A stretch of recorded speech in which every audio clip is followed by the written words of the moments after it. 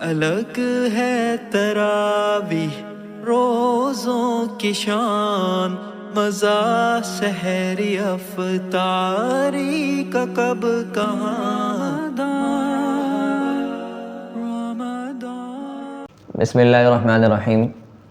محترم ناظرین کرام، الرحمان اکیڈمی کے مخصوص پروگرام پیام رمضان میں آپ کی خدمت میں حاضر ہیں۔ جیسا کہ آپ سب کو معلوم ہے کہ اس پروگرام کے اندر ہم مختلف مفتیان کرام سے، مختلف اپنے علوم کے اندر ماہر افراد سے گفتگو کرتے ہیں اور ان کی گفتگو سے جاننے کی کوشش کرتے ہیں کہ جن موضوعات پر ہمیں علم کی طلب ہے، پیاس ہے، اس موضوعات پر دین اسلام کیا سکھانا چاہتا ہے ہمیں۔ چنانچہ آج ایک ایسی موضوع کو لے کر آئے ہیں۔ ہمارے ساتھ موجود ہیں مفتی ابراہیم جمال صاحب۔ السلام علیکم وبرکاتہ۔ وعلیکم السلام ورحمۃ اللہ۔ مفتی صاحب، آج مضاربہ کے موقع کے موضوع پر کچھ تھوڑی بہت بات ہوگی۔ یہ موضوع ایسا ہے جو کہ کافی حد تک میں کہوں تو بدنام بھی ہو چکا ہے اپنے ملک کے اندر، ہمارے ملک کے حساب سے، کیونکہ اس کے ساتھ کچھ جو اسکینڈلز وغیرہ آئے اور کچھ طرح کے کچھ چیزیں ہوئیں، تو اس کے بعد سے مضاربہ کا لفظ جو ہے وہ جس سے عوام الناس ڈرنے لگی ہے۔ تو سب سے پہلے میں آپ سے اتنا پوچھنا چاہوں گا کہ عوام الناس کے لیے آپ اتنا بتائیں کہ مضاربہ ہے کیا؟ بسم اللہ الرحمن الرحیم۔ مضاربت یعنی کہ انویسٹمنٹ، اس کو اگر ہم دوسرے لفظوں میں کہیں، اس کے طریقہ کار یہ ہوتا ہے، جو شرعی اعتبار سے طریقہ کار ہے وہ یہ ہے کہ مثلا ایک شخص ہے جو کاروبار کرنا چاہتا ہے، اس کے پاس کوئی کاروباری آئیڈیا ہے، کاروبار کرنا چاہتا ہے یا کاروبار کر رہا ہے، اس کو پیسوں کی ضرورت ہے اپنے کاروبار کو شروع کرنے کے لیے یا کاروبار کو آگے بڑھانے کے لیے، اور اس کے پاس وہ مطلوبہ رقم، وہ مطلوبہ انویسٹمنٹ موجود نہیں ہے جو اس کو ضرورت ہے۔ اس کی وجہ سے وہ یہ چاہتا ہے کہ کوئی دوسرا شخص جس کے پاس پیسے موجود ہیں لیکن اس کے پاس کاروبار نہیں ہے یا کاروباری مواقع نہیں ہے یا اس کے پاس وقت نہیں ہے جس کی وجہ سے وہ اپنا کاروبار خود کرے، یا ویسے ہی کوئی شخص ہے جس کے پاس پیسے موجود ہیں اور وہی چاہتا ہے کہ مجھے اس سے کچھ نفع ملتا رہے، تو اس کے لیے شریعت نے گنجائش یہ دی کہ دونوں مل جائیں، اور جس کے پاس پیسے ہیں وہ اس کو کام کرنے والے کو جو ہے وہ اس کے کاروبار میں پیسے لگائے اور وہ شخص محنت کرے، اور جو نفع آئے اس کو آپس میں رضامندگی سے طے کر لیں کہ مثلا آدھا نفع جو ہے وہ آدھا نفع اس کا ہوگا جس کے پیسے ہیں اور آدھا نفع اس کا ہوگا مثلا جس کی محنت ہے۔ تو اس طریقہ کار کے ساتھ کچھ شرائط ہیں شرعی اعتبار سے، ان شرائط کے لیے رکھتے ہوئے کیا جائے، اس کو مضاربت کہا جاتا ہے۔ اور یہ کوئی ایسا عمل نہیں ہے کہ جس کی وجہ سے یہ کہا جائے کہ یہ غلط عمل ہے، بلکہ شریعت نے گنجائش دی ہے، کیونکہ شریعت نے دین اسلام کے اندر، چونکہ فطرتاً دین ہے یہ، اور دین اسلام میں ہر اس جگہ بندوں کی رعایت کی گئی ہے جہاں پہ بھی ان کو ضرورت ہے، اور یہ ایک بنیادی ہر ایک کی ضرورت ہے کہ بعض اوقات جو ہے وہ اللہ تعالیٰ نے کسی کو مال دیا ہوتا ہے لیکن اس کے پاس وہ صلاحیت، وہ وقت نہیں ہوتا، کسی کے پاس وہ وقت ہوتا ہے، صلاحیت ہوتی ہے لیکن پیسے نہیں ہوتے، تو ان دونوں کے لیے شریعت نے یہ راستہ نکالا کہ ٹھیک ہے دونوں مل جائیں اور دونوں مل کے کام کر لیں اور نفع جو ہے وہ دونوں کو مل جائے، دونوں کی زندگی کا جو ہے وہ پہیہ چلتا رہے۔ جب لازمی سی بات ہے شریعت نے اس چیز کی اجازت دی ہے تو کہیں نہ کہیں کچھ معاملے ایسے ہوں گے جس کو شریعت جائز بھی کہتی ہوگی، اور اس کے اندر تھوڑی بہت تبدیلی کے ساتھ کچھ معاملات ایسے بن جاتے ہیں جس کو شریعت ناجائز کہتی ہوگی۔ تو اسی حوالے سے کچھ 2-4 سوال کریں گے۔ تو میرے ذہن میں سب سے پہلا سوال یہ آ رہا ہے کہ مضاربہ میں اگر کوئی بندہ فکس پروفٹ طے کر لے کہ بھائی مجھ سے لے لو آپ 10,000 روپے مہینے کے، مجھے 1,000 روپے دیتے رہنا، تو یہ کیسا ہے؟ دیکھیں، بنیادی طور پر جیسے کہا کہ یہ پارٹنرشپ ہی کی ایک صورت ہوتی ہے مضاربت، اور پارٹنرشپ اور مضاربت کے اندر بنیادی حکم یہی ہے کہ نفع کی تقسیم جو ہے وہ فیصد کے اعتبار سے ہوگی، متعین طور پر کسی کا حصہ مقرر کر دینا، چاہے وہ اس شخص کا ہو جس کا پیسہ ہے یا اس شخص کا ہو جس کی محنت ہے، دونوں کے لیے اجازت نہیں ہے۔ لہذا متعین کرنا کہ مثلا میں آپ کو 1,00,000 روپے دے رہا ہوں اور مجھے مہینے کے 2,000 چاہیے، 4,000 چاہیے، 5,000 چاہیے، یہ متعین کرنے کی اجازت نہیں ہے، بلکہ یوں کہا جائے گا کہ ٹھیک ہے جو نفع ہوگا اس میں سے آدھا آپ کا ہے، آدھا میرا ہے، یا مثلا ایسا بھی کیا جا سکتا ہے کہ جی 2/3 آپ کا ہے، 1/3 میرا ہے، یا 60-40 کے حساب سے جی 60% میرا ہوگا، 40 آپ کو، مثلا وہ آپس کی رضامندگی سے، لیکن فکس کر لینا، چاہے وہ مضارب کر لے یا رب المال جس کو کہا جاتا ہے انویسٹمنٹ کرنے والا انویسٹر، دونوں میں سے کسی کے لیے بھی اجازت نہیں ہے۔ اچھا، فکس کرنے سے ایک بات اور ذہن میں آتی ہے کہ اگر مضارب یعنی جو کام کرنے والا بندہ ہے وہ اپنی سیلری نکالنے فکس کرنے کی بات کرتا ہے، تو صحیح ہے جو پروفٹ ہوگا اس کو بعد میں کریں گے، لیکن چونکہ میں کام کر رہا ہوں میری اتنی سیلری اس سے فکس کرنی پڑے گی آپ کو، تو کیا یہ سیلری فکس کرنا جائے دیکھیں مضارب کا مطلب یہ ہے کہ وہ محنت کرنے والا ہے، وہ کام کرنے والا ہے. تو اب اگر وہ مضارب یہ کہتا ہے کہ جی میں محنت کروں گا، مجھے اس کی سیلری الگ سے چاہیے اور اس کا جو نفع آئے گا اس میں حصہ الگ چاہیے، تو یہ تو شرعی اعتبار سے جائز نہیں ہے. لہذا سیلری متعین کرنا یہ گویا نفع کا ہی حصہ گویا متعین کرنا ہے کہ جی نفع جو بھی ہوگا اس میں سے میں اتنی پیسے جو ہے وہ لوں گا، یا نفع ہو یا نقصان ہو مجھے اتنے پیسے چاہیے مہینے کے، تو اس کی اجازت نہیں ہے، بلکہ نفع کی تقسیم جو ہوگی وہ فیصد کے اعتبار سے ہی ہوگی. اچھا، اگلی بات یہ ہے کہ وہ جو بندہ پیسے دے رہا ہے،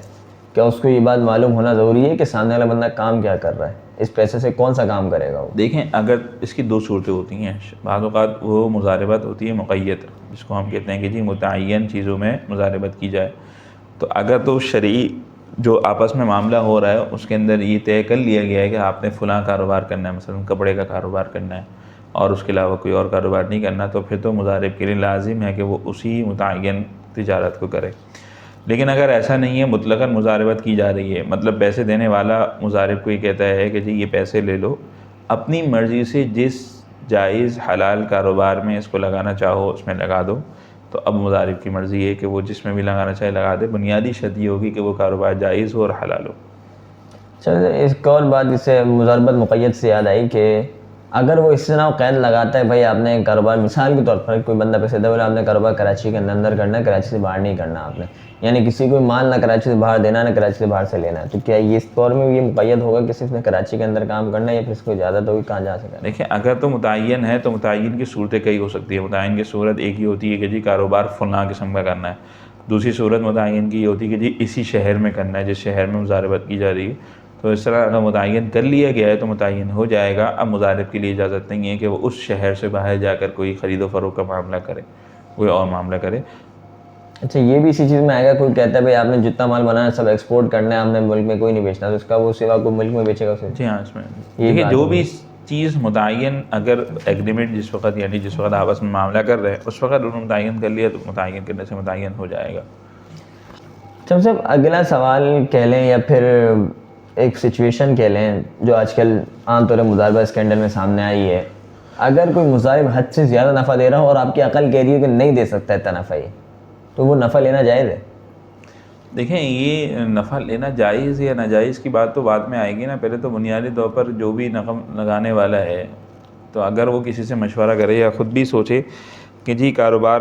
مضارب سے پوچھا جائے گا، کسی حد تک تو پوچھے گا نا کوئی بھی نفع پیسے لگانے والا، اگر خصوصاً جو ہے وہ اس کا جان پہچان والا نہیں ہے، ویسے ہی لگا رہا ہے کسی کے اور کے ریفرنس پہ لگا رہا ہے، تو وہاں تو پھر لازمی سے پوچھا جائے گا کہ جی کیا کاروبار ہوگا. اب لازمی سی بات ہے کاروبار کسی بھی قسم کا ہو اس میں ایک نفع کی صورت متعین ہوتی ہے کہ جی 10% اس کاروبار میں نفع ہے، 20 ہے، 30 ہے، 40 ہے، 50 ہے، بہت زیادہ 100 ہے، یہ ہوگا. اب اگر وہ نفع کی صورت مثال کے طور پر وہ اتنی زیادہ دے رہا ہے کہ مثال کے طور پر جو مضارب جو پیسے لگانے والا ہے اسی کو 100% نفع مل رہا ہے، مطلب اس کی جو ہے وہ انویسٹمنٹ کے حساب سے اس کو 100% نفع مل رہا ہے، تو اس کا مطلب اس کے اندر جو ہے وہ اپنا بھی رکھ رہا ہے تو بہت زیادہ ہو گیا. تو اس میں دیکھ لیں کہ یہ کاروبار اگر آیا واقعتاً ایسا ہے کہ ہاں اس میں اتنا زیادہ نفع ہوتا ہے تو ٹھیک ہے، پھر کوئی حرج کی بات نہیں ہے. لیکن اگر ایسا نہیں ہے تو پھر یہ دیکھ لیں بھئی آپ کے پاس کیسے نفع آ رہا ہے، اس سے صورت پوچھ لی جائے کہ بھئی آپ اتنا زیادہ نفع کس طرح دے رہے ہیں، اس کی کیا صورت اختیار کرتے ہیں آپ. اگر وہ کوئی جائز اور حلال صورت بتاتا ہے جس سے دل کو اطمینان ہوتا ہے پھر بھی کوئی حرج کی بات نہیں ہے. اور اگر ایسا نہیں ہو رہا تو پھر بھی تو یہ ہے کہ وہ اپنی شرعی اور اخلاقی اور دینی دنیاوی اعتبار سے ہر طرح سے فائدہ یہی ہے کہ پھر بندہ نہ کرے اس معاملے کو. اچھا، اسی چیز سے جو مضاربہ اسکینڈل سے کچھ چیزیں یاد آئیں کہ آپ نے یہ بات بتائی کہ اگر بہت زیادہ نفع دے رہا ہو تو بندے خود بھی سوچنا چاہیے. ملک پاکستان میں پچھلے کچھ دنوں میں کچھ عرصوں میں جو اسکینڈل سامنے آئے ہیں اس میں اصل غلطی کس کی کہیں گے آپ؟ کیونکہ دیکھا جائے تو ہمارے اپنے سادے لوگ غلطی کسی کی بھی ہو، مسئلہ اصل کیا ہوتا ہے کہ ہم بنیادی طور پر انسان کی فطرت ہے وہ لالچ کی طرف جاتا ہے. ہوتا یہ ہے کہ ظاہراً تھوڑا سا فائدہ نظر آیا کسی کو، اس نے خود بھی کیا، 10 لوگوں کو اور بھی بتائے گا، اور پھر جب 10 لوگوں کو بتائے گا وہ 10 لوگ بغیر کوئی سوچے سمجھے، بغیر کسی جو ہے وہ کیا ہے معلومات کیے، وہ بغیر رہنمائی لیے آگے بڑھ جاتے ہیں. اور ہماری بنیادی غلطی چاہے وہ مضارب ہو، چاہے انویسٹر ہو، پیسہ لگانے والا ہو، رب المال ہو، دونوں کی بنیادی غلطی یہ ہے کہ ہم کسی بھی معاملے کو کرنے سے پہلے شرعی رہنمائی حاصل کرنا ضروری نہیں سمجھتے. اور یہ صرف اس جگہ نہیں ہے بلکہ ہر جگہ جہاں پہ بھی آپ دیکھیں گے جہاں کوئی نقصان ہوتا نظر آتا ہے، اس کی بنیادی وجہ پیچھے یہی ہوتی ہے کہ شروع میں شرعی اعتبار سے رہنمائی نہیں دی گئی، اور نتیجہ یہ کہ نقصان ہوتا ہے، اور پھر اس کے بعد ہم جاتے ہیں کہ جی اس میں اب کیا کریں، اب یہ نقصان ہو گیا، اب یہ مسئلہ ہو گیا. کیونکہ اگر پہلے اس کو درست کر لیا جائے، پہلے رہنمائی لے لی جائے، تو اس سے انشاءاللہ نہ دینی نقصان ہوگا اللہ کی ذات سے امید ہے، اور نہ دنیاوی نقصان ایسے سامنے آئیں گے. چلیں مصعب جب آپ سے موضوع پر آتے ہیں کہ اگر مضاربہ کو کوئی وقت متعین کے ساتھ کرے، جیسے عام طور مارکیٹ میں اگر اس طرح سے کوئی ہوتا ہے بھائی یار مجھے 3 گھنٹے کے لیے پیسے دینا، میں نے ایک سامان خرید کے بیچنا ہے، وہ اس کا نا جو نفع آئے گا ہم دونوں آپس میں برابر کر لیں گے، تو کیا اس طرح سے وقت متعین کے ساتھ 3 گھنٹے 4 گھنٹے 1 دن 1 سال کرنا صحیح ہے؟ دیکھیں مضاربت کے اندر بنیادی طور پر یہ ہوتا ہے کہ کہیں تو وقت ہوتا ہے، کہیں مال کی صورت ہوتی ہے وقت کی، لیکن وقت کے اندر بھی جو ہے نا وہ بنیادی طور پر مال کی حیثیت ہے. مثلا آپ سے یا کوئی شخص کسی سے یہ کہتے ہیں میں نے فلاں مال خریدنا ہے، اس کو آگے بیچنا ہے، ٹھیک ہے، آپ مجھے پیسے دیں، میں اس مال کو خریدوں گا. اس نے اس مال کو خرید لیا تو اس مال کو بیچنے تک مضاربت باقی ہے. اب اندازہ یہ تھا کہ 2 گھنٹے 3 گھنٹے میں بک جائے گا، اور مثال کے طور پر اگر وہ 2-3 گھنٹے میں نہیں بکتا تو بھی بہرحال جب تک وہ مال نہیں بک رہا اس وقت تک مضاربت باقی سمجھی جائے گی، اور مال کے بکنے پر ہی مضاربت ختم ہوگی. اور اس لہذا بہتر یہ ہے کہ مضاربت کے اندر اگر وقت متعین کیا گیا ہے تو مضارب جو ہے وہ کوشش کرے کہ اس کو ایسی معاملہ کرے جو اس وقت کے اندر ختم ہو جائے. یعنی کہ اگر وہ 3 گھنٹے کے اندر مال نہیں بکتا تو اس کے بعد پیسے واپسی دینے لازم نہیں ہوں گے، جب تک وہ مال ہے جب تک پیسے اس کے اندر اگر تو اس کی کوئی غلطی نہیں ہے. اگر بالفرض غلطی ہے کہ اس کو مثال کے طور پر معلوم تھا کہ 3 گھنٹے میں نہیں بکے گا، پھر بھی اس نے 3 گھنٹے بولے یا اسے بیچنے کی کوشش نہیں کری 3 گھنٹے میں، اپنی کوئی غلطی کی وجہ سے نہیں بکا تو ایک الگ بات ہے. لیکن ویسے ہی بعض اوقات کاروبار یہ ہوتا ہے کہ انسان سوچ میں یہ ہوتا ہے کہ یہ مال آئے گا اور یوں بک جائے گا، اور پورے چانسز اسی کے ہوتے ہیں، لیکن بعض اوقات کوئی ایسی مارکیٹ کی اچانک صورتحال ایسی ہو گئی کہ جس کی وجہ سے وہ مال رک گیا، تو اس میں کوئی حرج کی بات نہیں ہے. بالکل. اچھا مفتی صاحب اگلا تھوڑا سا بات یہ ہے کہ ایک بندہ ہے اور مثال کو 10 آئٹم میں کام کرتا ہے، اس کی دکان میں 10 آئٹم ہوتے ہیں، اب وہ مضاربہ کرنا چاہ رہے ہیں خاص آئٹم پہ، اس کے بعد کوئی اچھی لاٹ آ رہی ہے، وہ کہہ رہی ہے صرف اس آئٹم کی آ رہی ہے، میں آپ سے پیسے لے کے یہ خاص آئٹم خریدتا ہوں، اس خاص آئٹم میں جتنا نفع ہوگا ہم دونوں آپ برابر کر لیں گے، میرے بقیہ کاروبار سے آپ کا کوئی لینا دینا نہیں ہے. تو اس طرح سے خاص آئٹم میں مضاربہ کرنا کیسا ہے؟ جی بالکل کیا جا سکتا ہے، اس میں کوئی حرج کی بات نہیں ہے. مخصوص کام کے لیے بھی مضاربت کی جا سکتی ہے، اور پھر اس صورت میں اس کو نفع اور اس کا سارا حساب کتاب اس کو الگ رکھنا پڑے گا، تاکہ جو ہے وہ دونوں کے درمیان جو ہے وہ کوئی غلط فہمی بھی نہ پیدا ہو. تو جب اگلا سوال تھوڑا سا جو ہے نا وہ لوگوں کے ذہن کے حساب سے دیکھیں، جب تک مضاربہ نفع ہو رہا ہو جب تک تو کوئی آپ سے سوال بھی نہیں کرے گا، کوئی مفتی صاحب کے پاس بھی نہیں آئے گا، کوئی پوچھنے بھی نہیں آئے گا، کوئی کچھ بھی نہیں کرے گا، جب تک ہوتی ہے جب تک مضاربہ نفع ہو رہا ہو، آپ کو نفع مل رہا ہو اور اچھا نفع مل رہا ہو. لیکن جس دن سے نقصان ہونا شروع ہوتا ہے اس دن سے سارے مسئلے بھی یاد آتے ہیں، پھر مفتی صاحب کے چکر بھی لگتے ہیں، دفتر کے چکر بھی لگتے ہیں. تو آپ اتنا بتائیں کہ اگر مضاربے میں نقصان ہوگا تو یہ نقصان سب سے پہلے کہاں جائے گا، کس حد تک نقصان کون برداشت کرے گا، پھر اس کے بعد کس کے اوپر جائے گا، مضارب یا رب و مال کس حد تک نقصان برداشت کریں گے؟ دیکھیں مسئلہ یہ ہے کہ آپ کی بات ٹھیک ہے کہ نفع کی حد تک جب ہوتا ہے تو جب تک کچھ نہیں سوال ذہن میں آتا، نہ کوئی مضارب سے پوچھتا ہے، نہ مضارب رب المال کو کچھ بتا رہا ہوتا ہے. حالانکہ یہ اصولی طور پر غلط ہے، بلکہ حساب کتاب ایسا ہونا چاہیے اگر تو آپس میں کر رہے ہیں کہ ہر ایک کے سامنے ہر ایک صورتحال بالکل واضح ہو. اور دوسری بات یہ ہے کہ اگر نقصان ہوتا ہے، مثلا 6 مہینے کا ٹائم رکھا کہ جی 6 مہینے اگر ہم کاروبار کریں گے، خرید و فروخت ہوتا رہے گا، مال آتا رہے گا، بکتا رہے گا، دوبارہ آتا رہے گا، 6 مہینے کے بعد ہم حساب کریں گے، جس کو ہم کہتے ہیں کہ کلوز کریں گے. اگر 6 مہینے کے بعد مثال کے طور پر نفع ہے تو ٹھیک ہے، وہ نفع اپنی شرط کے مطابق تقسیم کیا جا سکتا ہے. مثال کے طور پر ایسا ہوا کہ 6 مہینے کا ٹائم پیریڈ تھا، انہوں نے ہر مہینے اپنے اندازے سے کچھ رقم لے لی، مثلا 50,000 روپے دونوں نے ہر مہینے لیتے گئے. اب آخر میں جا کے معلوم یہ ہوا کہ جی ہمیں جو نقصان ہے وہ 1 لاکھ روپے کا ہے، یعنی جو اصل رقم مثال 10 لاکھ روپے لگائی تھی اس میں 9 لاکھ باقی رہ گئے، 1 لاکھ کا نقصان ہوا ہے کلوز جب کیا. جبکہ پیچھے یہ لوگ جو نفع لے چکے ہیں، یعنی 3 لاکھ روپے نفع مضارب لے چکے ہیں 3 لاکھ، تو لہذا جس شرط کے مطابق نفع لے رہے تھے اسی شرط کے مطابق نقصان برداشت کریں گے. اگر آدھا نفع کی بات ہوئی تھی تو آدھا نقصان ہی 1 لاکھ روپے 50,000 برداشت کرے گا مضارب اور 50,000 رب المال برداشت کرے گا. لیکن اگر مثال کے طور پر خدا نخواستہ ایسی کوئی صورت پیش آ جائے کہ نفع بالکل ہی ختم ہو جائے، مثلا نقصان اللہ نہ کرے 10 لاکھ روپے کا پورا ہو گیا، اللہ نہ کرے، اور پیچھے جو 6 لاکھ روپے جو انہوں نے نفع کے آپس میں تقسیم کیے ہوئے تھے 3-3 لاکھ، تو 6 لاکھ روپے کی تو ریکوری اس طرح ہو جائے گی کہ 3 لاکھ روپے مضارب برداشت کرے گا، 3 لاکھ روپے رب المال گویا کہ۔ اب مزید جو پیچھے 4 لاکھ روپے بچتے ہیں وہ سارا نقصان رب المال کا شمار ہوگا، مضارب کو گویا کہ کچھ بھی نہیں ملا، مضارب کی محنت کا نقصان ہوگا اور رب المال کے نفع، گویا کہ رب المال کو اب اس میں سے صرف مضارب جو دیندار ہوگا وہ صرف 3 لاکھ روپے کا دیندار ہوگا، 7 لاکھ روپے میں سے 3 پورے اس کے نقصان میں چلے جائیں گے، اس طور پر کہ 3 لاکھ اس کو دیے جا چکے ہیں پہلے نفع کی صورت میں اور 4 لاکھ اس کے گویا نقصان ہو گیا، ٹھیک ہے۔ تو یہ 7 لاکھ روپے جو ہے وہ کہ ابھی اس کو نہیں ملیں گے، مضارب جو دیندار ہے اس کو واپسی کرنے کا وہ صرف 3 لاکھ روپے ہے، اس سے زیادہ نہیں ہے یہ، اور گویا مضارب کو 1 روپیہ بھی نفع کا نہیں ملا، اس کی محنت ضائع گئی اور رب المال کا سارا جو ہے وہ رب الپیسہ جو تھا وہ ضائع ہو گیا، اور اس کو تقسیم کیا جائے، مطلب شرط کے مطابق یہاں پہ نقصان تقسیم نہیں ہوگا۔ جزاک اللہ خیرہ۔ بہت ہی اہم کچھ ایسے موضوعات پر بات ہو رہی ہے جو کہ ہماری زندگی کے معاملات کے اندر کافی حد تک کلوز بھی ہوتے ہیں،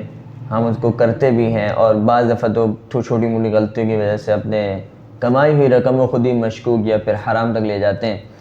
تو بہت بہت شکریہ ناظرین کرام، آپ ہمارے ساتھ جڑے رہے، اسی طرح جڑے رہیں، انشاءاللہ اگلے سیشن میں آپ سے ملاقات ہوتی ہے۔ جزاک اللہ خیرہ۔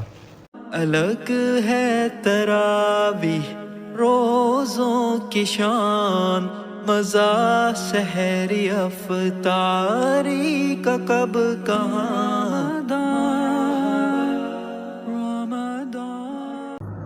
بسم اللہ الرحمن الرحیم۔ ناظرین کرام، آپ دیکھ رہے ہیں الرحمان اکیڈمی کی خصوصی رمضان ٹرانسمیشن پیام رمضان۔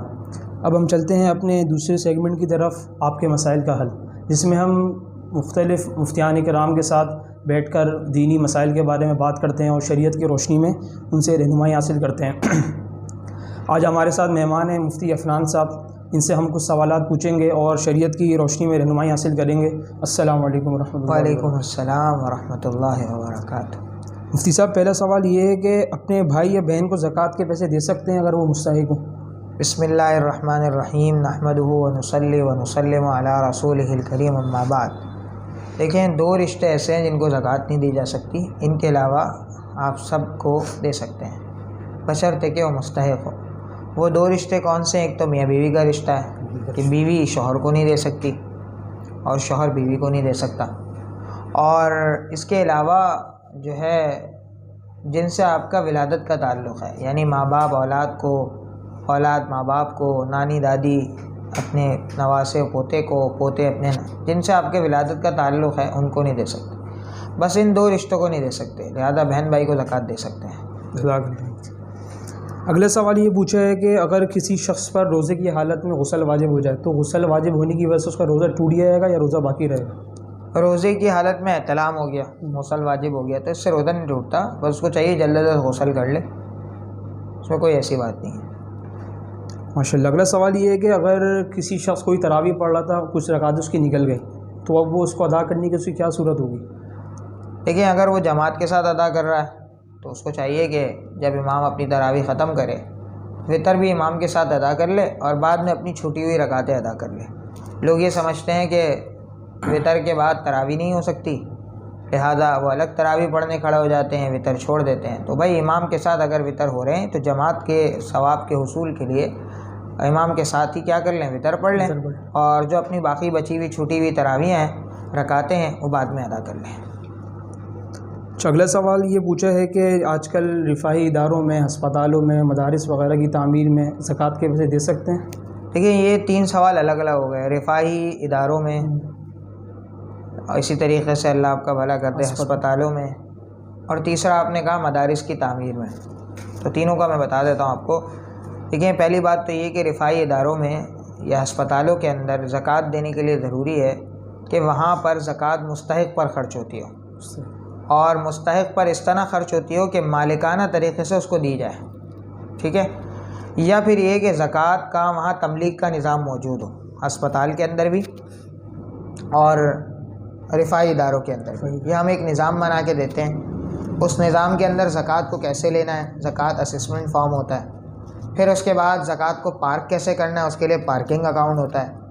اور یعنی جب آپ لیں گے تو آن بہاف آف بینیفیشریز، جو آپ کے بینیفیشریز ہیں پہلے سے، یا جو جنہوں نے آپ کو وکالت دی ہوئی، آپ ان کے بیاف پہ لیں گے زکوٰۃ کو کیسے پارک کریں گے اور کیسے آپ نے خرچ کرنا ہے، تو اس کا ایک ماڈل بنا کے دیتے ہیں. اس ماڈل کی بنیاد پر آپ زکوٰۃ لے سکتے ہیں. اور اگر آپ کے پاس یہ ماڈل نہیں ہے تو پھر آپ زکوٰۃ کے پیسے مستحق پر ہی خرچ کر سکتے ہیں. اگر یہ اہتمام موجود ہے تو پھر جو ہے وہ زکوٰۃ رفاہی اداروں کو بھی دینا صحیح ہے، اسپتالوں کو بھی دینا صحیح ہے. لیکن جہاں پر دسترخوان پہ کھانا بٹھا کے کھلایا جاتا ہے اس میں زکوٰۃ کا استعمال ہوتا ہے، یا پھر یہ ہے کہ سروسز کی مد میں زکوٰۃ استعمال ہو جاتی ہے، تو وہاں سے زکوٰۃ ان اداروں کو دینے سے زکوٰۃ ادا نہیں ہوتی. کیونکہ دسترخوان پہ اگر آپ نے بٹھا کے کھانا کھلا دیا زکوٰۃ سے، تو کھانے کے لیے آنے والا شخص معلوم ہی نہیں ہے کہ وہ مستحق ہے یا غیر مستحق، وہ سید تو نہیں ہے کہیں.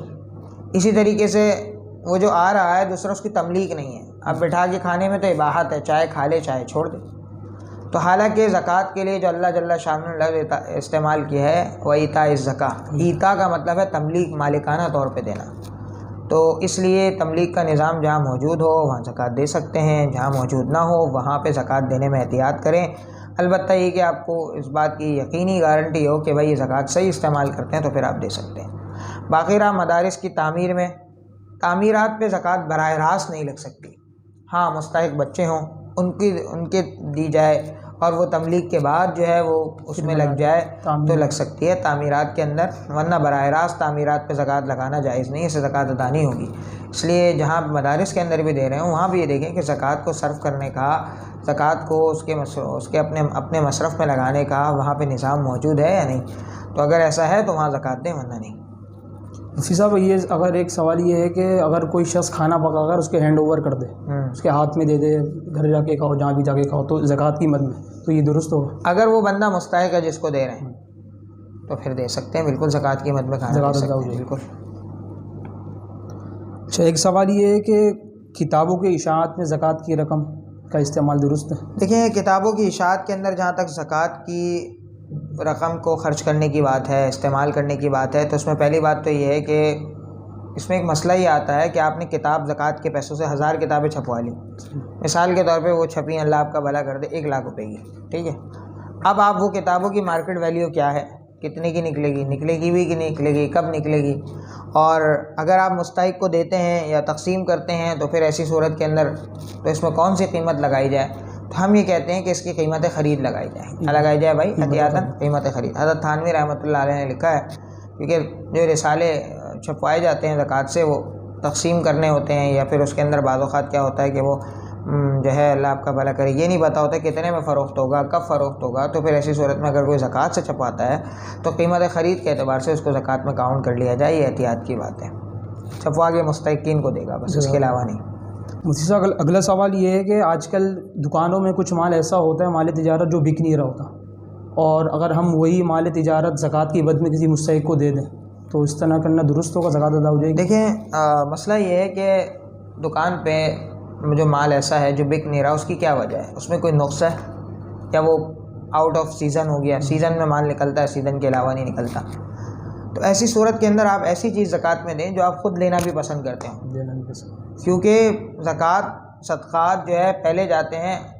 فقیر کے ہاتھ میں آنے سے پہلے، قبل ان تقع فی کف الفقیر. کہاں پہ جاتے ہیں؟ فی کف الرحمن. الصدقۃ تقع فی کف الرحمن قبل ان تقع فی کف الفقیر. کہ صدقہ جو ہے وہ جاتا ہے پہلے رحمان کے ہاتھ میں، بعد میں آتا ہے فقیر کے ہاتھ میں. تو ایسی چیز جو آپ خود لینا پسند نہیں کر سکتے وہ کیسے نکالتے ہیں؟ یہ تھوڑی ہے جو استعمال کرنی ہے بک نہیں رہا زکوٰۃ میں نکالتا، اور نکالیں گے تو آپ اس کی قیمت کیا شمار کریں گے جب وہ بک نہیں رہا تو اس لیے ایسا ردی مال یا ایسا مال جو مارکیٹ میں چل نہیں رہا وہ زکوٰۃ میں نہ نکالا جائے، بلکہ متوسط مال نکال سکتے ہیں، اور یا پھر نقد رقم کے اعتبار سے زکوٰۃ ادا کر دیں تو یہ صحیح ہے. لیکن یہ کہ جو مال نکل نہیں رہا اس کو اس طرح سائڈ پہ لگا دینا یہ صحیح نہیں ہے، یہ مناسب طرز عمل نہیں ہے.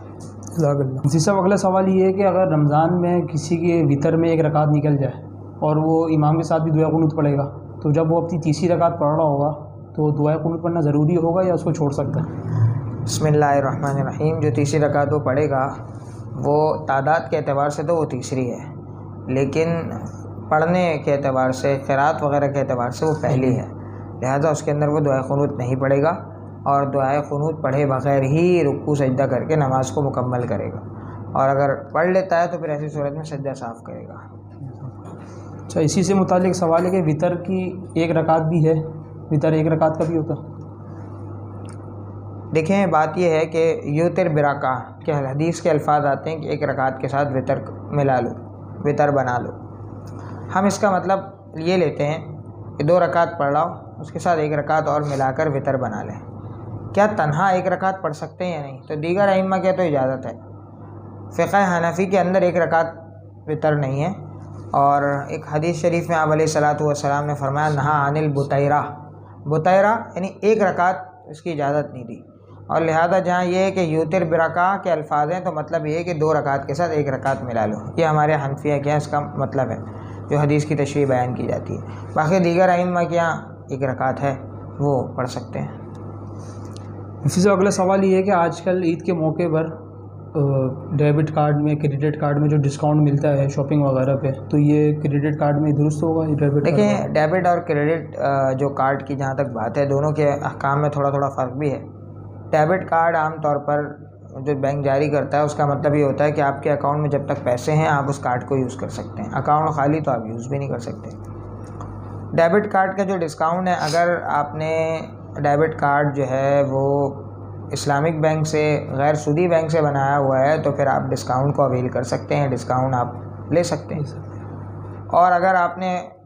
سودی کسی بینک سے، سودی برانچ سے یا سودی بینک سے لیا ہوا تو پھر آپ ڈسکاؤنٹ اویل نہیں کر سکتے، جائز نہیں ہے۔